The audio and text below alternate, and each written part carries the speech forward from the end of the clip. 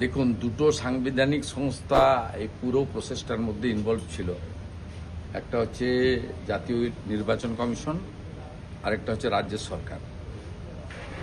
এবারে তৃতীয় আরেকটি সাংবিধানিক সংস্থা এর সঙ্গে যুক্ত হলো। আমি ব্যক্তিগতভাবে মনে করি খারাপ কিছু হবে না, কারণ কমপ্লিটলি এসআইআর নিয়ে যেটা মুখ্যমন্ত্রী বা তৃণমূল কংগ্রেসের ইচ্ছা ছিল, মনের বাসনা ছিল যে 2024 লোকসভা নির্বাচনের ভোটার তালিকায় ভোট হোক, এটাতে কর্ণপাত করেনি গতবার এই জাজমেন্টে, 9 ফেব্রুয়ারির জাজমেন্টে।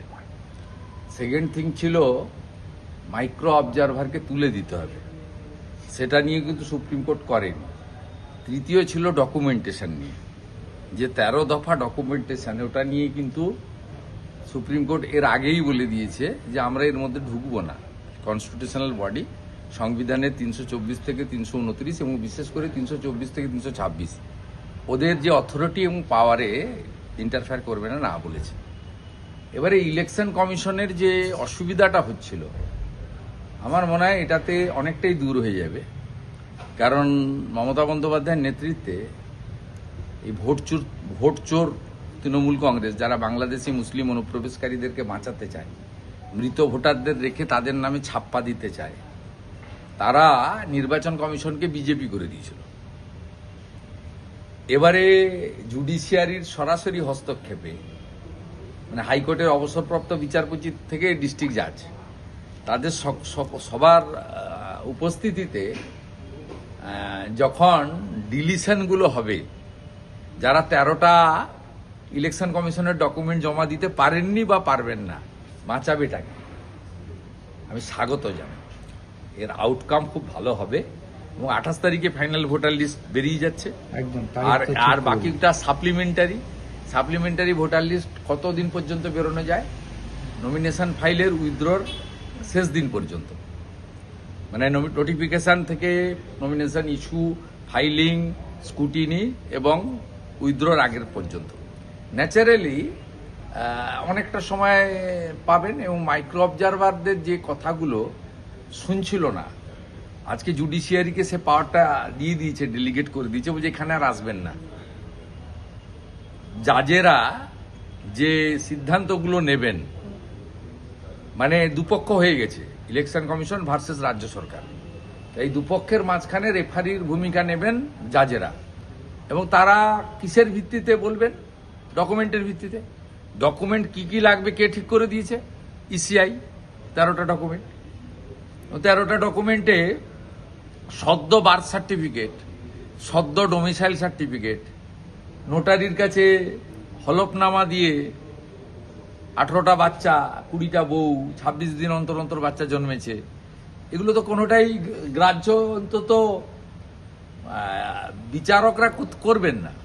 এবং তাদেরকে এগুলো সব ডকুমেন্টেশন সার্টিফাই করতে হবে। তাদেরও সুপ্রিম কোর্টের কাছে দায়বদ্ধতা থাকলো যে বিচারকরা অবসরপ্রাপ্ত হাইকোর্টের বিচারপতি হোক আর ডিস্ট্রিক্ট জাজই হোক, অ্যাডিশনাল ডিস্ট্রিক্ট জাজই হোক, তাদেরকেও তো সমস্ত ডকুমেন্টের উপরে যখনই বিরোধ হবে কোনো একটা পার্টিকুলার কেস নিয়ে, তখন তো ডকুমেন্টেশন উপর তাকে রিটিন সিদ্ধান্তটা নিতে হবে। সুপ্রিম কোর্ট তাকে সে পাওয়ারটাও যেমন দিয়েছেন, তার অ্যাকাউন্টেবিলিটিটা কমপ্লিটলি সুপ্রিম কোর্টের কাছে থাকবে। স্বাভাবিকভাবে তিনিও অন্তত কারোর কথা শুনে করবেন না, তিনি সঠিকভাবে ডকুমেন্টেশনের উপরে সিদ্ধান্ত নেবেন, যেটা জুডিশিয়ারি সাধারণত করে থাকেন। জুডিশিয়ারি কখনো কান দিয়ে দেখেন না মমতা ব্যানার্জির মতো, চোখ দিয়ে দেখেন। সংখ্যালঘু ভোট ব্যাংকে কোথাও গিয়ে কি ঘাটতি হচ্ছে? কারণ যে 30% সংখ্যালঘু ভোট ব্যাংক নিয়ে এত বড়াই করতেন মুখ্যমন্ত্রী মমতা বন্দ্যোপাধ্যায়, সেটা কি কোথাও গিয়ে হাতছাড়া হয়ে যাচ্ছে? মুখ্যমন্ত্রী বুঝতে পারছেন, সেই কারণে এসআইআর আটকাতে এত মরিয়া হয়ে যাচ্ছেন মুখ্যমন্ত্রী? না, শুধু সংখ্যালঘু বলে নয়, মৃত, ভুয়া, ডবল ট্রিপল এন্ট্রি ভোটও তৃণমূলের একটা বড় ভোট ব্যাংক ছিল। 7 দফা 8 দফাতে ভোট হয়েছে। 2021 হয়েছে 8 দফাতে, 2024 লোকসভা হয়েছে 7 দফাতে। স্বাভাবিকভাবে আপনার এই অ্যাবসেন্ট ভোটটা ওরা মেরে দিত, এবং আপনারা দেখেছেন যে বালুরঘাটের ভোটার সে ভবানীপুরের ভোটার হয়েছে, তৃণমূল ছাত্র পরিষদের নেতা। এ অসংখ্য উদাহরণ রয়েছে। মালদাতে ভোট দিয়েছে, পরে নদিয়ায় ভোট দিয়েছে, শেষে এসে ভবানীপুরে কালীঘাটে রাসবিহারীতে ভোট দিয়েছে। এরকম অসংখ্য উদাহরণ রয়েছে। তাই যে 58 লক্ষ নাম বাদ গেছে, পরবর্তীকালে আরো 11 লক্ষ মতো নাম বাদ গেছে, মানে নো ম্যাপিং, অ্যাবসেন্ট ইত্যাদি নিয়ে, যে 69 লাখ অ্যাপ্রক্স, এটা তো কমপ্লিটলি তৃণমূল কংগ্রেসের লস। এতে হিন্দু মুসলমান ভাগ করার কোনো দরকার নেই। বলছি হুমায়ুন ইজিকে বলছেন যে রাজ্য বা অর্থাৎ বাংলাতে মুসলমান শাসন জারি হবে, কারণ ডিরেক্টলি এই কথা বলছেন। ডিরেক্টলি বলছেন। ওরা ম্যাক্সিমাম ভোট পাবে, এই ম্যাক্সিমাম কথাটা, সিট maximum পাবে, seat পাবে, ভোট এবং পাবে। যারা একটা যারা লোক- বাঙালি নয় একটা বাকি লোক পার্টি তাহলে কি ছেড়েছে বা পার্টি সাসপেন্ড করেছে বাবরের নামে একটি মসজিদ তৈরিকে কেন্দ্র করে। ওনার ঘোষিত অবস্থান যে বাবরি মসজিদ নির্মাণ, সেটার উদ্দেশ্য তিনি এমন দিন করেছেন যেদিনকে বিতর্কিত ধাঁচা, কর সেবকরা সেদিন বিতর্কিত ধাঁচাতে পুনরায় রাম জন্মভূমিকে উদ্ধার করেছিলেন। পরে সুপ্রিম কোর্টের হস্তক্ষেপ হয়েছে, আমি সে বিষয়ে যাচ্ছি না। কিন্তু যে ব্যক্তির বিদ্রোহ সূচিত হয়েছে, তার ধর্মীয় যে আবেগ সেটাকে কাজে লাগিয়ে তার যে প্রার্থনা ঘর, সেটা বাবরের নামে তৈরি করার মধ্য দিয়ে তার তো ঘোষিত অবস্থান এটাই থাকবে, এবং তার ক্যাপিটাল পুঁজি এই মুসলিম ভোট ব্যাংকই হবে। এটাতে স্বাভাবিক, উনি হুমায়ুন কবির যেটা বলছেন এটা তার ঘোষিত অবস্থান। মমতা ব্যানার্জির মতো সেকুলারিজমের নামে তোষণের রাজনীতির কথা তো বলেননি, সোজা কথা বলেছেন। মুসলিম লীগ কেরালাতে আছে কংগ্রেসের জোট সঙ্গী, মুসলিম লীগ তামিলনাড়ুতে আছে সিপিএম এর জোট সঙ্গী, সেখানে ডিএমকে, সিপিআই, সিপিএম, কংগ্রেস এবং মুসলিম লীগ সেখানে জোটে আছে। অতএব এরা তো মুসলিম লীগের তো ঘোষিত অবস্থান আছে। তো হুমায়ুন কবিরের সেই অবস্থান তিনি ঘোষণা করেছেন। এটা পশ্চিমবাংলার গরিষ্ঠ সংখ্যক হিন্দুকে ভাবতে হবে যে তারা পশ্চিমবাংলায় হুমায়ুন কবিরদের নেতৃত্বে মুসলিম মুখ্যমন্ত্রী চান না মুসলিম মুখ্যমন্ত্রী আটকাতে চান। আমরা পরিষ্কার কথা, মুসলিম মুখ্যমন্ত্রী পশ্চিমবাংলার সংখ্যাগরিষ্ঠ হিন্দু সমাজ চায় না। আর একটা সুরাবর্দির এখানে জন্ম হোক, কেউ চায় না। এমনি মমতা বন্দ্যোপাধ্যায়ের আমলে সমস্ত দেবদেবীর মূর্তি ভাঙা হয়, হরগোবিন্দ দাস, চন্দন দাস বামপন্থী হলেও খুন হতে হয় হিন্দু বলে, ধুলিয়ানে হিন্দুদেরকে পলায়ন করতে হয় স্বাধীনতার পরে বৈষ্ণবনগরে হিন্দু জায়গায়, মহেশতলাতে আমাদের মাতা তুলসীর মঞ্চকে তুলে ফেলে দেওয়া হয় প্রকাশ্যে পুলিশের সামনে, পুলিশ প্রিজন ভ্যানে তোলে কাকদ্বীপে কালী মায়ের মূর্তিকে, রামনবমীর মিছিলে পাথর পড়ে এনআইএ হয়।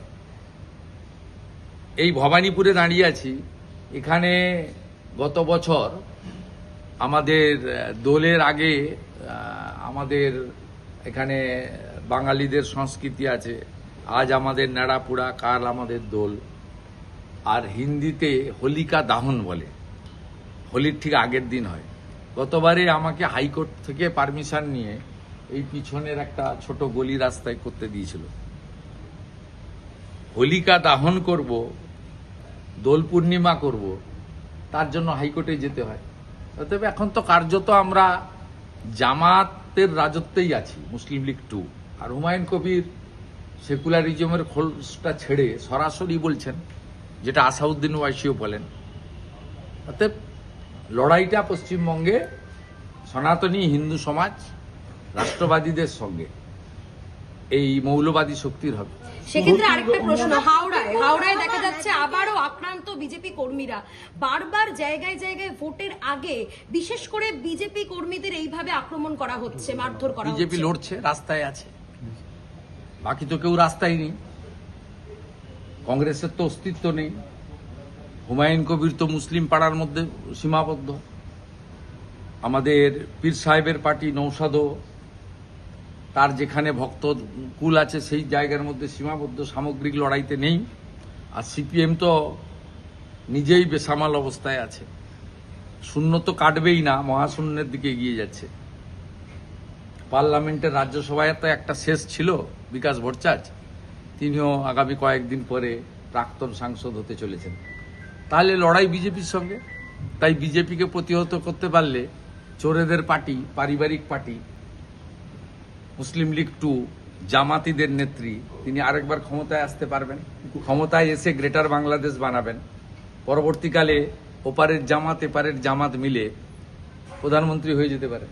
না, বুধের উপর বিস্ফোরক এটা প্রতিকুর রহমানও বিস্ফোরক ভাবে মোহাম্মদ সেলিমের নাম করে বলছে যে গব্বর সিং এর মতো ওখানে ভয়ের আপনাকে আবহ প্রথম ইত্যাদি, কথা বলি, মানে শুনুন। তাকে নিয়ে যে মোহাম্মদ সলিম আর প্রতিকুর রহমান এক নয়।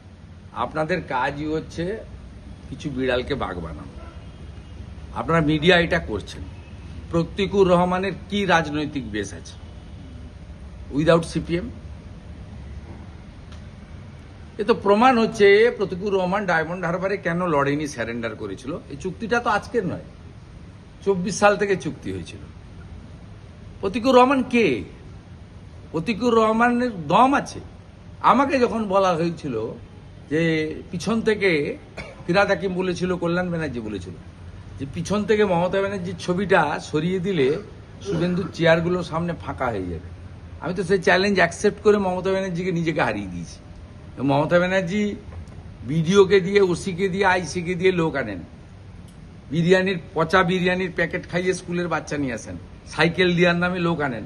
আমার সমাবেশে ওগুলো করতে হয় না। মমতা ব্যানার্জির থেকেও বেশি লোক আমার সমাবেশে আসে স্বতঃস্ফূর্তভাবে, এক গ্লাস জল না দিলেও আসে। তা আমি করে দেখিয়েছি, চ্যালেঞ্জ নিয়েছি, ভবিষ্যতেও চ্যালেঞ্জ নেব। ভবানীপুরে ওনাকে হারানোর দায়িত্ব আমি নিয়েছি। প্রতিকুর রহমানের দম থাকলে লড়ে দেখাক না। মগরাহাট তিনি তৃণমূলে যাবেন বলে এইসব কথাবার্তা বলছেন। আগামীকাল তৃণমূল কংগ্রেসের পতাকা ধরবেন, এটা অনেক আগে থেকে আমি জানি। তো ওকে নিয়ে এত হইচইটা আপনি কি আপনারা বলছেন? করছেন। মানে আপনারা করছেন, আচ্ছা, একটা বিষয় বলুন তো। আপনারা করছেন, আপনারা এরকম অনেককে করেন, তারপরে অনেকে হারিয়ে যায়। আমি সেই জন্য সযত্নে মেপে মিডিয়ার সঙ্গে মিট করি, সযত্নে মিডিয়ার সঙ্গে মেপে কথা বলি, এবং খুব ব্যতিক্রমীভাবে যেটা বিরোধী দলনেতার কর্তব্য, মিডিয়া চতুর্থ স্তম্ভ, তার সঙ্গে যে ইন্টারাকশনটা করা দরকার, প্রেস মিট করা দরকার, সেটা মিনিংফুল হইতে করি। আমি বেশি ঢলাঢলি করি না, কারণ এটা আপনার তৈলাক্ত মাছ, কাকে তুলবেন কাকে ফেলবেন এই ফাঁদে যে পড়বে সে বুঝতে পারবে। এ বেটা ফাঁদে পড়েছে, এপ্রিল মাসের পরে এর কোনো নাম গন্ধ থাকবে না। বলছি একটা বিষয়, যে এসডিপিও মানে হাত ধরে মূলত প্রতিকূলের বাড়িঘর ভাঙা হয়েছিল 2024-এ, আজকের দিনে দাঁড়িয়ে সেই এসডিপিও কে, মানে আপনার এই এলাকার এখন এই মুহূর্তে এসপি, এসপি নয়, এসপি ইনচার্জ। এসপি ইনচার্জ, মানে তিনি খুব ওই ভালো জেলাতে মনে এসপি করেন। থাকে, হ্যাঁ। এসপি ইনচার্জ থাকে। মানে প্রতিকূলের এই ধরনের যে বক্তব্যটা হঠাৎ করে, নিজের বাড়িঘর ভাঙা হয়েছে যার নেতৃত্বে দাঁড়িয়ে, তাকেই এত বাহবা। আমি এসে নিয়ে কথা খরচ করতে রাজি নই। সেলিম সাহেবের সঙ্গে প্রতিকুর রহমানকে ম্যাচ করবেন না, একদম ম্যাচ করবেন না। সেলিম সাহেব, সে তার রাজনৈতিক মতাদর্শের সঙ্গে আমি বিরোধ হতে পারি। সেলিম সাহেব বামপন্থী আন্দোলনের টলেস্ট লিডার, ন্যাশনাল ফিগার, বহুবার ভোটে জিতেছেন, লড়েছেন, দলের নির্দেশ মেনে দাঁড়িয়েছেন, হেরেছেন, আবার দাঁড়ালে আবার আমরা তাকে হারাবো, আমাদের সঙ্গে তার রাজনৈতিক লড়াই থাকবে। কিন্তু আপনারা, আমি out of my political affiliation, Salim সাহেব আর প্রতিকুর রহমানকে এক করবেন না। It's not good. একটু অ্যাসেসমেন্টটা ঠিক করুন, অ্যাসেসমেন্টটা ঠিকঠাক জায়গায় রাখুন। ভোটের মুখে দেখা যাচ্ছে বাংলাদেশিরা আবারও গ্রেপ্তার হয়েছে পশ্চিমবঙ্গে, এবং তারা বারবার করে বলছে যে রুটি রুজির জন্য আমাদের কাছে ভারতই ভরসা। কাঁটাতার পেরিয়ে তারা, অনেকে অনুপ্রবেশকারীরা তারা ভারতে প্রবেশ করেছে। নির্বাচনের একেবারে যেখানে শিয়রের নির্বাচন, সেখানে আবার অনুপ্রবেশকারী ভাবে ধরা পড়ছে। ধরা পড়বেই তো, মেড়া নেই তো, 550 কিলোমিটার মেড়া নেই। এবং মুখ্যমন্ত্রী, এই যে রাজ্যপালের ভাষণের উপর বক্তৃতা হয়েছিল, সেখানে আমার বক্তব্যের পরে উনি বলেছিলেন, আমি অনুপ্রবেশ ইস্যু অ্যাসেম্বলিতে যেদিন ছিলেন যারা জানেন, সেদিন আমি বলেছিলাম, সেদিন মুখ্যমন্ত্রী বলেছিলেন যে আমি জমি দেব না। এটা ভারতবর্ষের প্রাজ্ঞ রাজনীতিবিদ অমিত শাহজি ব্যারাকপুরে বিজেপির কার্যকর্তা সম্মেলনে বলে গেছিলেন যে 31 মার্চের মধ্যে জমি দেওয়ার কথা থাকলেও জমি মুখ্যমন্ত্রী দেবে না। ভারতীয় জনতা পার্টিকে আনবেন, ভারতীয় জনতা পার্টির মুখ্যমন্ত্রী শুধু জমি দেওয়া নয়, 45 দিনের মধ্যে বেড়া দেওয়ার কাজ সম্পূর্ণ করবে। তা আমরা সবাই জানি। অতএব এই সমস্যা সমাধান না হলে অনুপ্রবেশের সমস্যা পশ্চিমবঙ্গ এবং ভারতবর্ষ মুক্তি পাবে। ঠিক আছে।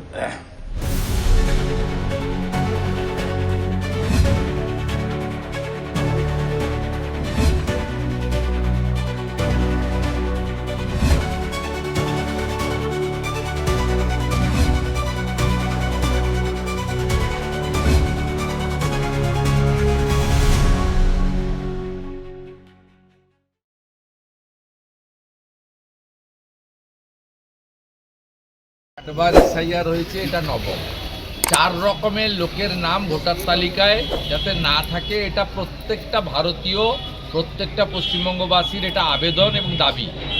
এটা খুব যুক্তিসঙ্গত সাংবিধানিক দাবি। 1, মৃত ভোটারের নাম যেন না থাকে। 2, ভুয়া ভোটারের যেন নাম না থাকে। 3, একজন ভোটারের নাম যেন 2 বা 3 জায়গায় না থাকে। 4 হচ্ছে অভারতীয়, অর্থাৎ বাংলাদেশের মুসলমানদের যেন নাম ভোটার লিস্টে না থাকে। এই 4 রকমের লোকের নাম ভোটার তালিকায় রাখা যাবে। এটা তো অন্যায়ের কিছু নেই। যারা ভারতীয়, তারা হিন্দু হতে পারে, মুসলিম হতে পারে, খ্রিস্টান হতে পারে, তাদের নাম থাকবে। কিন্তু যারা ভারতীয় নয়, বাংলাদেশ থেকে 2 প্রকারের মানুষ পশ্চিমবঙ্গে এসেছে। হিন্দুরা এসেছে ধর্ম বাঁচানোর জন্য, তারা অনুপ্রবেশকারী নয়, তারা শরণার্থী, তাদের নিজেদের ধর্ম রক্ষা করার জন্য। তারা ইসলাম গ্রহণ করেনি, তারা বাঁচার জন্য এখানে এসেছে, তারা শরণার্থী।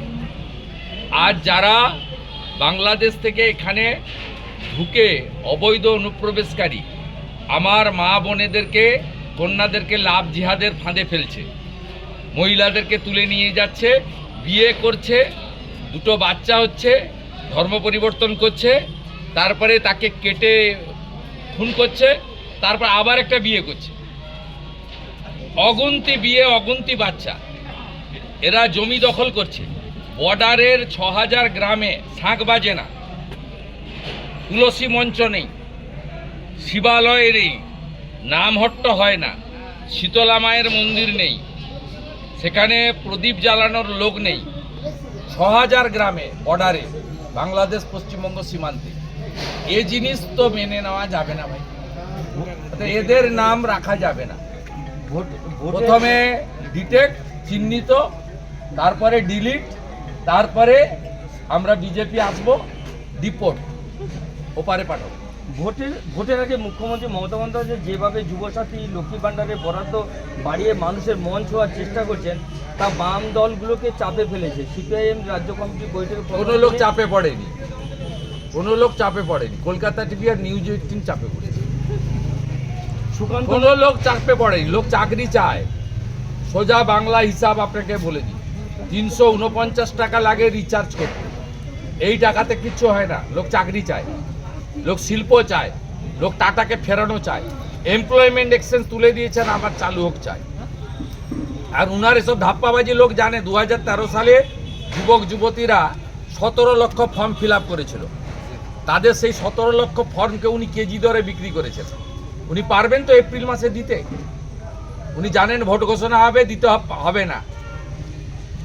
অনলাইন করেননি কেন? এসআইআর নাকি লাইনে দাঁড়ানোর জন্য আপনার লোকেরা তো নাম ভুল করেছে। আপনি নিয়োগ করেছেন বিএলওদের, ইলেকশন কমিশনের লোক তো তারা নয়। আপনি বিএলও পাঠিয়েছেন আপনার সরকারি কর্মচারীরা, তারা আমাদের নামের বানান ভুল, পদবীর বানান ভুল করেছে। তারপরে লোককে বাধ্য করিয়েছে লাইনে দাঁড়াতে, এসআইআর এর লাইনে। আর এখন আপনি পশ্চিমবাংলার লক্ষ লক্ষ যুবক যুবতীকে লাইনে দাঁড় করাচ্ছেন কেন? আপনি তো অনলাইন করে দিতে পারতেন। এখন তো সব অনলাইনে হয়। অতএব এসব জিনিস করে হবে না। মমতা ব্যানার্জির সরকার হচ্ছে মুসলিম লীগ 2। যারা মুসলিম লীগকে চান তারা জোড়া ফুলে ভোট দেবেন, যারা মুসলিম লীগকে হাঁটাতে চান তারা পদ্ম ফুলে ভোট দেবেন। বিজেপি এলে বাবরের নাম আগে মোছা হবে। বাবরের নাম আগে পরিষ্কার বলে গেলাম, বাবরের নাম লিখতে দেব না কোথাও। প্রমাণ করে দেবো আমরা। তথ্য যাচাইয়ের জন্য বিএলওদের কাছে 6,66,323 জনের নথি, 4,44,970 ভোটার অযোগ্য, 5 লক্ষ ভোটার অনুপস্থিত, প্রশ্ন 58 লক্ষ নাম তো আগেই বাদের খাতায়, তাহলে কি চূড়ান্ত তালিকা প্রকাশের আগে আরো লাখ দশেকের নাম বাদ যেতে পারে? তাহলে কি আরো চাপে পড়তে না, পারে আমার মুখ সরকার? থেকে এগুলো আপনি বলতে পারবেন না। আমি শুরুর আগে বলেছি কি হতে পারে, সেই ক্যাসেটটা বাজিয়ে দেখুন। শুরুর আগে বলেছি, আর ফাইনাল বলবো ফাইনাল ভোটার লিস্ট বেরোনোর পরে। আমি সব জায়গায় বলেছি ব্রেকফাস্ট হয়েছে, লাঞ্চ হয়নি, লাঞ্চের পরে কথা হবে। প্রভু শ্রী চৈতন্য 3বার রাত্রি যাপন করেছেন।